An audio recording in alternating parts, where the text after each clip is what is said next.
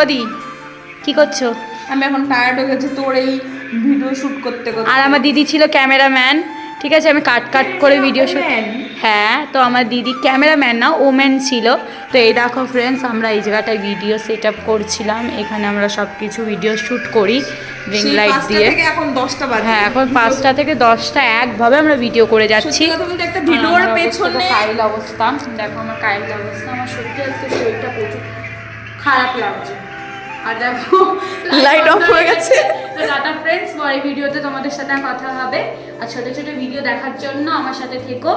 আর আমি আর আমার দিদি কি কি করলাম না করলাম, বা আমি একটা কি করছি, আর দিদির আমি একটা ফেসবুক আইডি দিয়ে দেবো, তো তোমরা তাদের ফলো করে নিও আর আমাদের বেশি বেশি করে সাপোর্ট করো। সত্যি কথা বলতে আমার বোন সারাদিন অনেক ভিডিওর পেছনে সময় দেয়, তোমরা প্লিজ সবাই ওকে সাপোর্ট করো, ওর পাশে থেকো, লাইক করো, সাবস্ক্রাইব করো। Thank you so much. তোমাদের ভালোবাসা থাকলে সবকিছু পসিবল। তো আমার দিদিকেও একটু সাপোর্ট করে দিও। Ta ta, thank you.